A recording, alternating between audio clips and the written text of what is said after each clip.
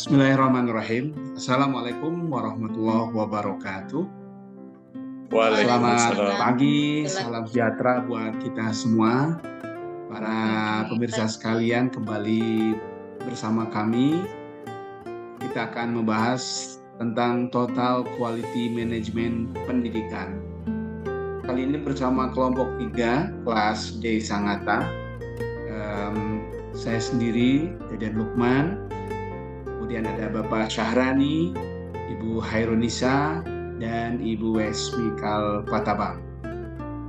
Kita akan membahas tentang apa itu Total Quality Management atau TQM, prinsip-prinsip TQM dalam pendidikan, manfaat TQM dalam pendidikan, penerapan TQM dalam institusi pendidikan, strategi pelaksanaan TQM, tantangan dalam penerapan TQM di pendidikan, dan kita akhiri nanti dengan kesimpulan.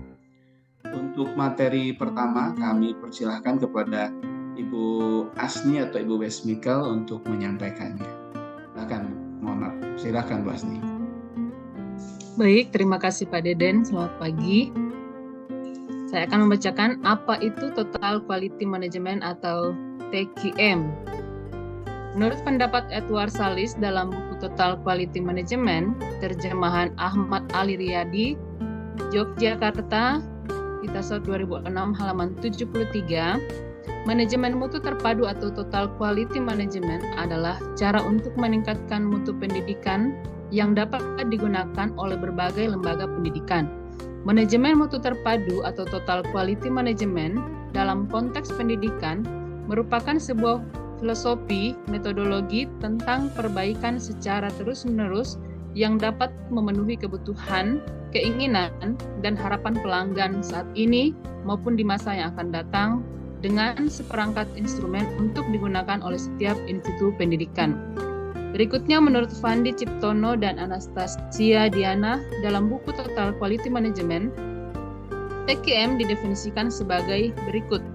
Total Quality Management merupakan suatu pendekatan dalam menjalankan usaha yang mencoba memaksimumkan daya saing organisasi melalui perbaikan terus-menerus atas produk, jasa, manusia, proses, dan lingkungannya. Terima kasih Bu Asni. Selanjutnya kita akan bahas tentang prinsip-prinsip TQM dalam pendidikan. Itu kepada Bapak Syahrani, dipersilakan. Baik, terima kasih atas kesempatannya. Bisa lanjut dulu Pak Deden, ini saya kesulitan membacanya. Oke, kalau gitu kami persilakan kepada Bu Nisa untuk menyampaikan tentang prinsip-prinsip TQM dalam pendidikan. Ya, terima kasih banyak Pak Deden. Prinsip-prinsip TQM dalam pendidikan menurut Pilpres tahun 1996 menyatakan bahwa prinsip-prinsip dalam sistem TQM harus dibangun atas dasar 5 pilar sistem, yaitu 1. Produk, 2. Proses, 3. Organisasi, 4. Pemimpin, dan 5. Komitmen. Produk adalah titik pusat untuk tujuan dan pencapaian organisasi. Mutu dalam produk tidak mungkin ada tanpa mutu di dalam proses. Mutu di dalam proses tidak mungkin ada tanpa organisasi yang tepat. Organisasi yang tepat tidak ada artinya tanpa pemimpin yang memadai. Komitmen yang kuat dari bawah ke atas merupakan pilar pendukung bagi semua yang lain. Setiap pilar tergantung pada keempat pilar yang lain. Dan kalau salah satu lemah, dengan sendirinya yang lain juga lemah. Terima kasih Bu Nisa. Ya, terima kasih. Para pemirsa sekalian, jadi manfaat TQM dalam pendidikan. Apa saja manfaatnya? Bahwa manfaat dari penerapan Total Quality Management dalam pendidikan sangatlah banyak. Salah satunya adalah peningkatan kualitas pendidikan secara menyeluruh. Dengan menerapkan prinsip-prinsip TQM, institusi pendidikan dapat memastikan bahwa setiap aspek dari proses belajar mengajar berjalan dengan efisien dan efektif. Selain itu, TKM juga dapat membantu peningkatan kepuasan siswa dan orang tua di mana dalam sebuah studi yang dilakukan di Amerika Serikat ditemukan bahwa sekolah-sekolah yang menerapkan TKM memiliki tingkat kepuasan siswa dan orang tua yang lebih tinggi dibandingkan dengan sekolah-sekolah yang tidak menerapkan TKM. Hal ini disebabkan karena TKM dapat memastikan bahwa kebutuhan dan harapan siswa serta orang tua dapat terpenuhi dengan baik. Demikian manfaat dari TKM dalam pendidikan. Dan untuk selanjutnya kita akan bahas tentang lanjutan manfaat. Masih ada manfaat lain dari TKM ini yang akan disampaikan oleh Bapak Syahrani. Sudah siap Pak Syahrani? Ya, baik. Terima kasih Pak Deden. Manfaat TKM dalam pendidikan lanjutan. Dalam dunia pendidikan, persoalan mutu bukan saja menyangkut input, proses, dan output, tetapi juga outcome. Input pendidikan yang bermutu adalah pendidik, karyawan, peserta didik, kurikulum, sarana dan prasarana, serta aspek penyelenggaraan pendidikan lainnya. Proses pendidikan yang bermutu adalah proses pembelajaran dan penyelenggaraan pendidikan. Output yang bermutu adalah lulusan yang memiliki kompetensi yang dipersyaratkan. Dan outcome bermutu adalah lulusan yang mampu melanjutkan ke jenjang pendidikan yang lebih tinggi. Total quality management merupakan salah satu kunci keberhasilan tujuan pendidikan yang paling efektif. Karena TKM mengedepankan integrasi dari semua fungsi dan proses serta memberdayakan dan melibatkan semua unsur yang ada di lembaga pendidikan tersebut.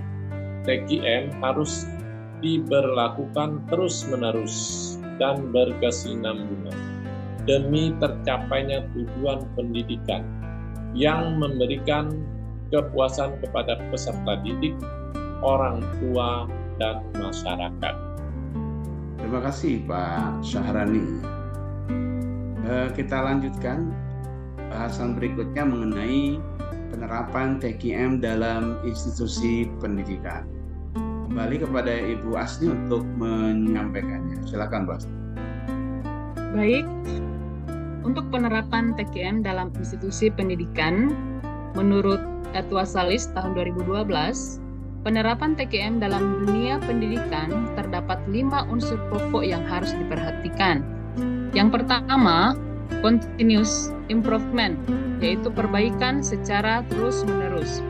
Konsep ini mengandung pengertian bahwa pihak pengelola senantiasa melakukan berbagai perbaikan dan peningkatan terus-menerus untuk menjamin semua komponen penyelenggara pendidikan telah mencapai standar mutu yang ditetapkan.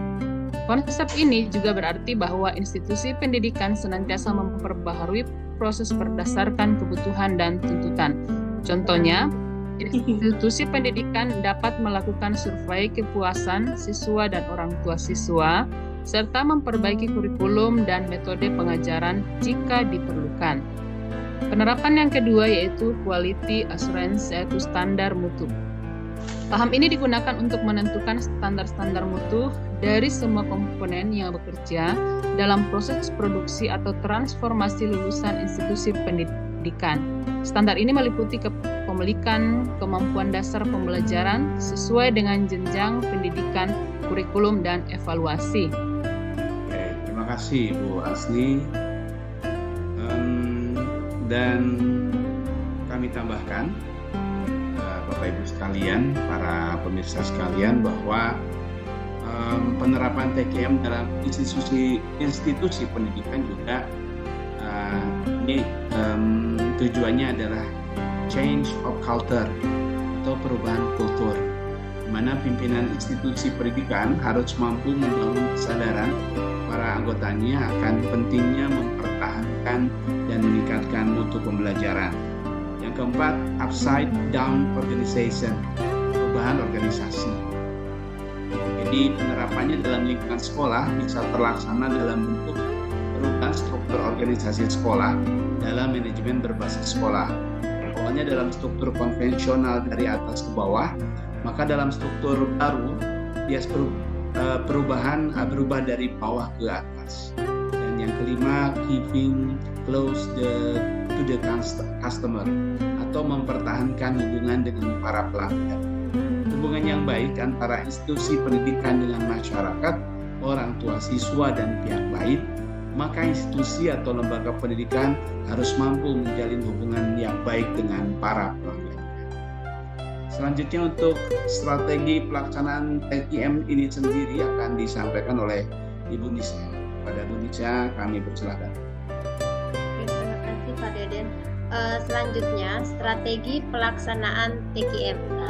Menurut pendapat Fandi Ciptono dan Anastasia Diana dalam bukunya Total Quality Management, secara teoritik penerapan konsep Total Quality Management dalam dunia pendidikan, khususnya lembaga pendidikan ini dapat diimplementasikan dengan beberapa fase. Dalam beberapa fase teoritik, sebagaimana klasifikasi yang dilakukan oleh Goes dan Davis tahun 1994, yaitu yang pertama adalah fase persiapan. Fase ini terdiri dari 10 langkah, yang mana sebelum langkah pertama dimulai, syarat utama yang harus dipenuhi adalah adanya komitmen penuh dari manajemen puncak atas waktu dan sumber daya yang dibutuhkan. Fase selanjutnya yaitu fase perencanaan. Dalam fase ini ada 4 langkah yang harus dijalani secara sistematis, karena semuanya membentuk sistem yang saling mempengaruhi. Selanjutnya adalah fase pelaksanaan. Next, Pak Deden. Ya, lanjut Bu Nisa. Selanjutnya beberapa tantangan dalam penerapan TKM di pendidikan.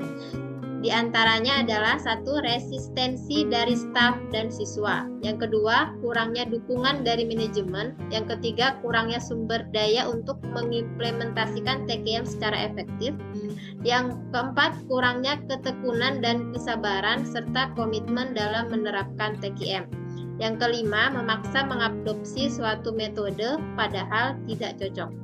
Untuk mengatasi resistensi dari staf dan siswa, maka perlu dilakukan sosialisasi dan pelatihan tentang manfaat TKM dan bagaimana menerapkannya.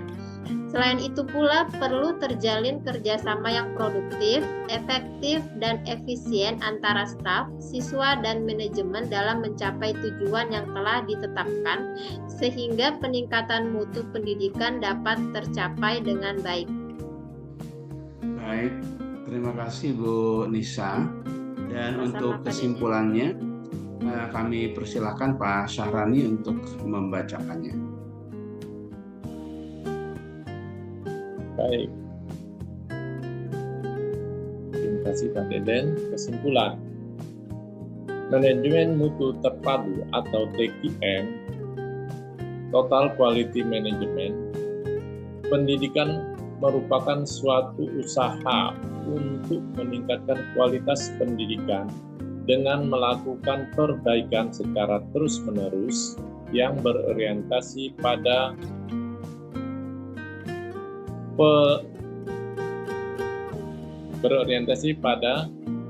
pelanggan, melibatkan seluruh anggota organisasi dengan komitmen jangka panjang.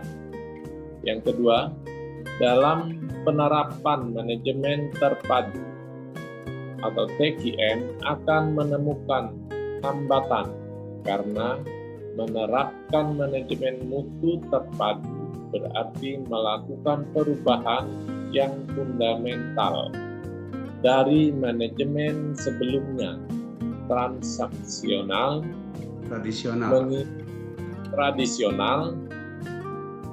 mengingat TQM merupakan hal yang baru dalam bidang pendidikan. Berikutnya, namun hal itu dapat diatasi apabila penerapan manajemen mutu terpadu dilaksanakan dengan komitmen yang tinggi dari seluruh anggota organisasi dalam melakukan perubahan untuk meningkatkan kualitas pendidikan. Komitmen yang dimaksud di sini adalah komitmen jangka panjang karena pelaksanaan Total Quality Management atau TQM dilaksanakan secara terus-menerus dan berkesinambungan. Baik, demikian presentasi dari kami kelompok 3D Sangatta tentang TQM Total Quality Management. Mudah-mudahan bermanfaat. Mohon maaf jika banyak kehilapan dan kekurangan.